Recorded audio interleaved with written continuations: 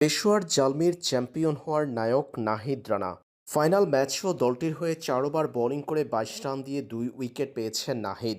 নাহিদের গতি আর সুইংয়ে পরাস্ত প্রতিপক্ষ হায়দরাবাদ কিংসম্যানের ব্যাটাররা। অল্পতেই অল আউট হয়েছে তারা। টুর্নামেন্টে ৫ ম্যাচ খেলে ৯ উইকেট শিকার করা নাহিদ রানাকে মনে করা হচ্ছে পেশোয়ার জালমির জয়ের নায়ক। তবে ফাইনালের পর তার সাথে পাকিস্তান ক্রিকেট বোর্ডের চেয়ারম্যান মহসিন নাকভি যা করেছেন সেটা দৃষ্টিকটু লেগেছে সবার কাছে।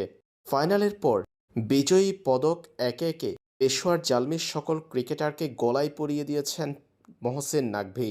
তবে সেখানে বাংলাদেশের পেসার নাহিদ রানার ক্ষেত্রে ছিল ব্যতিক্রম। নাহিদ রানাকে বিজয়ী পদক দেননি মহসিন নাকভি।